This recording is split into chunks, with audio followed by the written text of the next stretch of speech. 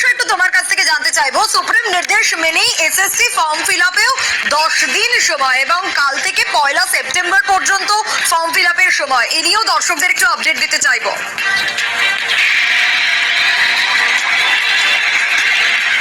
দেখো, আজকে রাজ্যের মুখ্য সচিব মনোজ পান দুপুর 12টা থেকে বিভিন্ন জেলার জেলাশাসক এবং পুলিশ সুপারদের সঙ্গে বৈঠক করেন।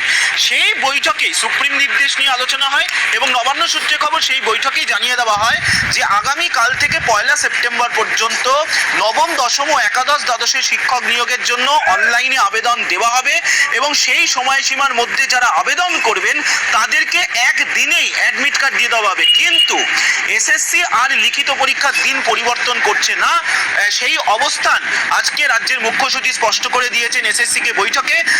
7ই সেপ্টেম্বর এবং 14ই সেপ্টেম্বর, 7ই সেপ্টেম্বর এসএসসি নবম, দশমে সমস্ত চাকরির আপডেট পেতে চ্যানেলটি সাবস্ক্রাইব করে রাখুন আর অবশ্যই লাইক, কমেন্টস এবং শেয়ার করবেন সকলেই।